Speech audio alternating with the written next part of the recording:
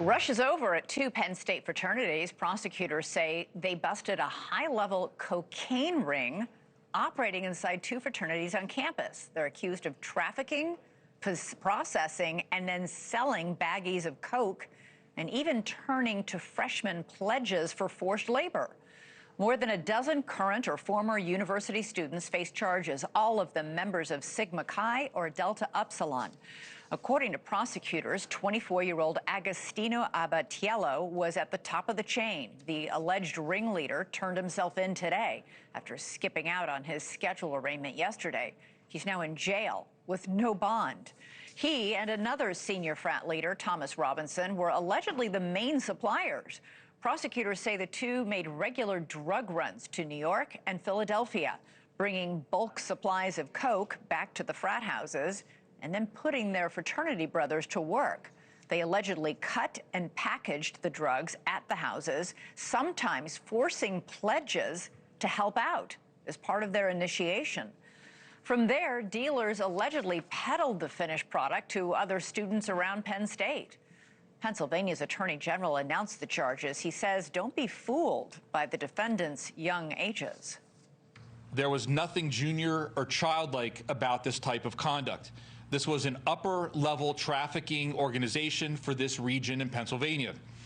In fact, multiple witnesses who testified in front of the grand jury referred to Abatiello as the largest dealer of cocaine for Penn State University students.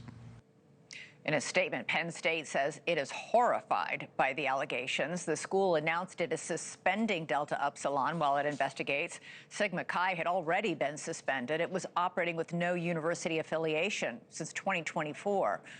Joining us now is NewsNation law and justice contributor and former FBI Special Agent Jennifer Coffindaffer. Also joining us, Owen Hanson, better known as the cocaine quarterback.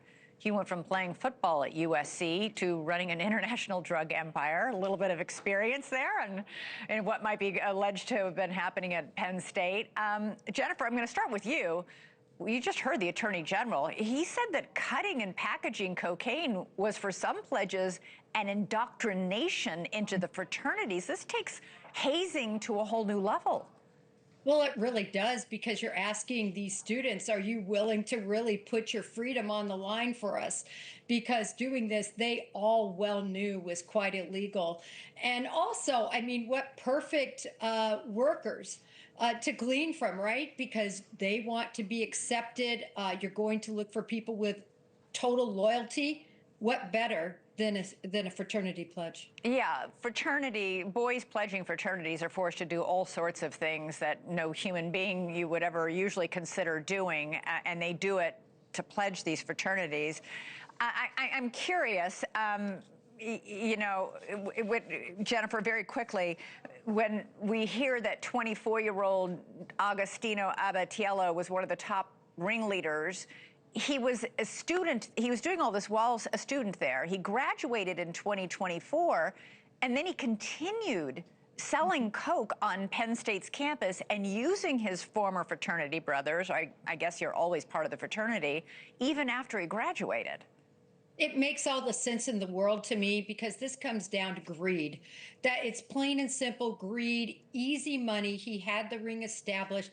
I have no doubt that he did this before he ever hit college, and that he was going to continue to do it. Owen, how do you think students like this young man and all these pledges, and you know, there are 14 in total charge. One of them is the father of one of these kids. How do they get caught up in something like this? You know, they start making that fast cash, and it's the slippery slope. Once you go down and cross that line of illegal activity and that easy money comes in, it's hard to go back. You know, I speak from experience, obviously.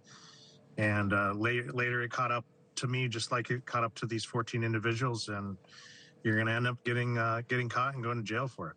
How did you, before you first got involved in selling drugs, did you think, I could get in a lot of trouble for this? I could go to prison? You know, at the time, you're thinking, wow, this is so easy, and you're trying to fit in. And for me, it was, you know, I was trying to fit in with these USC kids that all had a silver spoon in their mouth, and I was just trying to keep up with the Joneses. So at the time, I didn't think about getting in trouble. And then obviously it snowballed, no pun intended. And and it spirals out of control. Yeah. Oh, and this is, Penn State is a decent school. It's a good school. It's a big school, known as a bit of a party school, but it's a good college that these kids all worked hard to get into. I think, as in your case, people might wonder, why would you throw all that opportunity away for something as dumb as this? Yeah, I think you're in the moment, right? And I don't think they're in their right mind. They're probably using the drugs as well as selling them, and this they're utilizing their fraternity brothers, their pledges, and even one of them utilizing one of their parents, which is awful. Jennifer, the Attorney General was asked if there would be hazing charges filed against the people who were arrested, since many of these pledges were allegedly forced to do this. He did not answer that question. I found that interesting. Yeah, I think because the charges are so stiff without the hazing charge, and essentially they are involved in the conspiracy, even though some only receive misdemeanor charges, that is really what is at play here. And I think those charges are so much more strong than any hazing charge. It's interesting that they busted this ring because a confidential informant came forward. I'll be curious as this case unfolds if we find out whether or not any of those pledges. Remember, the pledges are usually freshmen. They're away from home for the very first time. You pledge within the first month or a few weeks of getting to campus. So these are young boys who are, on their own for the very first time, making bad decisions by being forced, as they want to be part of this group, to do something highly, highly illegal. Owen Hanson, you know firsthand, and you paid a price, and now you're back to tell your story. Thank you so much for joining us. Jennifer Coffindaffer, always appreciate your expertise. Thank you for watching. Subscribe below and download our NewsNation app right now on your phone, and you will get fact-based, unbiased news for all Americans.